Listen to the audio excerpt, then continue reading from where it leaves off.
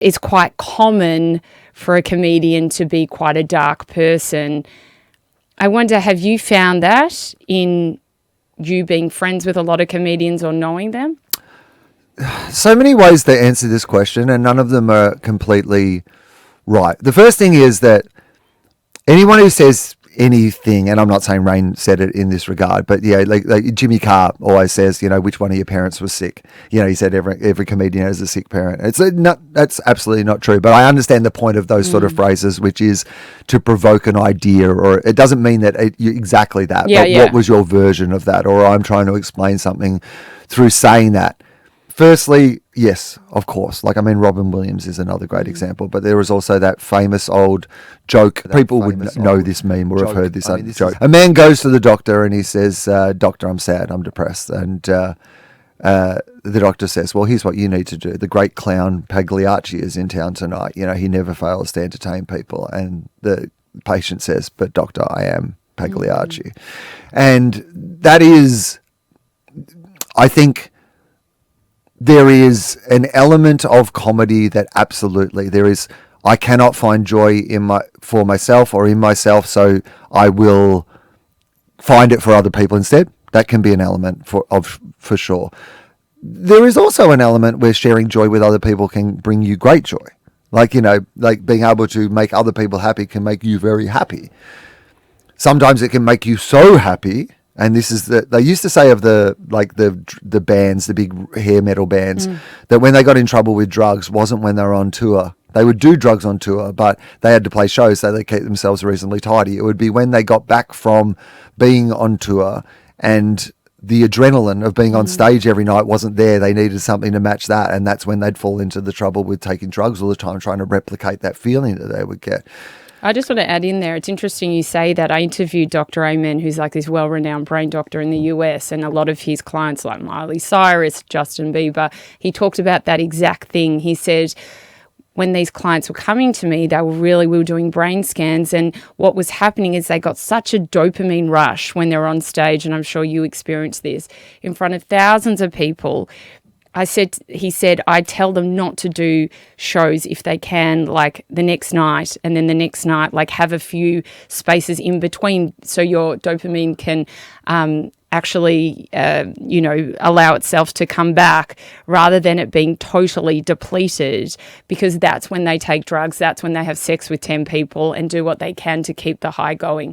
So it makes complete sense. Yeah, so I think that is part of it. So basically, if you are feeling so good, anyone who ever in the late 90s or early 2000s used to go to raves and pop an ecstasy pill would know that there was a term called Suicide Tuesday or Grumpy Tuesday, where people would go out on Saturday night and have the best time of their life, but on Tuesday would feel the most depressed they've ever felt, because there would be a debt to be paid for the high that you felt.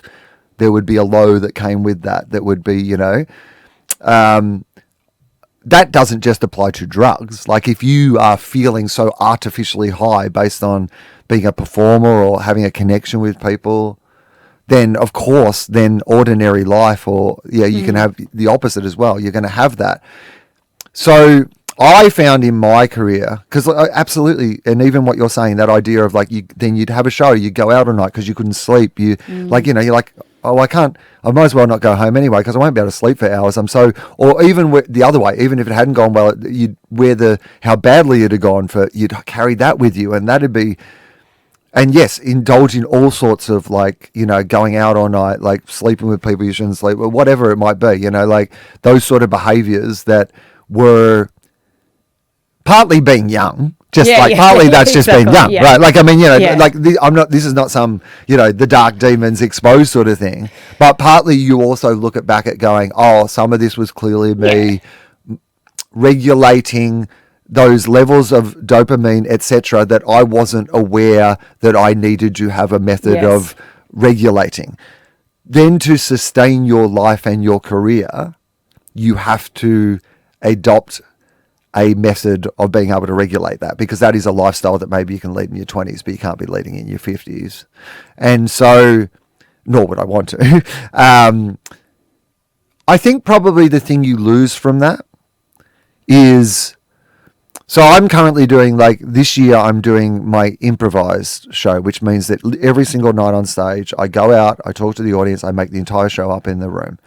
And so in terms of like dopamine or like adrenaline, your brain is working at its optimal. Like, I mean, literally I'm purely in the process of creation for an hour, and it is intoxicating as a feeling. Like, I mean, when you're in it and when you're creating it and you've got the whole audience and you've managed to get, all these strangers to just come into a room and suddenly we're just making something that is just for us in this moment. Like, it's incredible.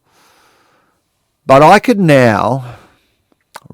I could be asleep an hour after the show, because I have just in my life found a way to be able to access that without it becoming all consuming in.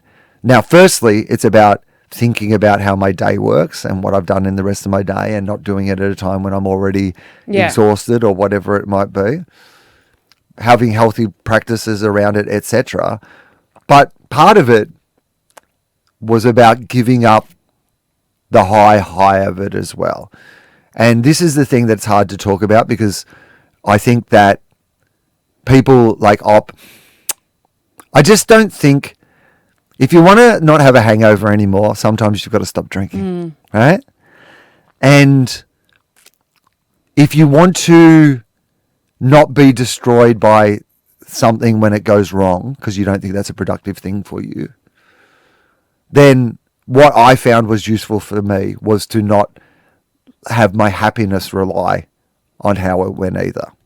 And so now I can find the joy of being in the moment. And I think it's better for me as a performer, but it affects me no way. I think half an hour after the show, my life is what my life was before the show, regardless, good, bad, or indifferent.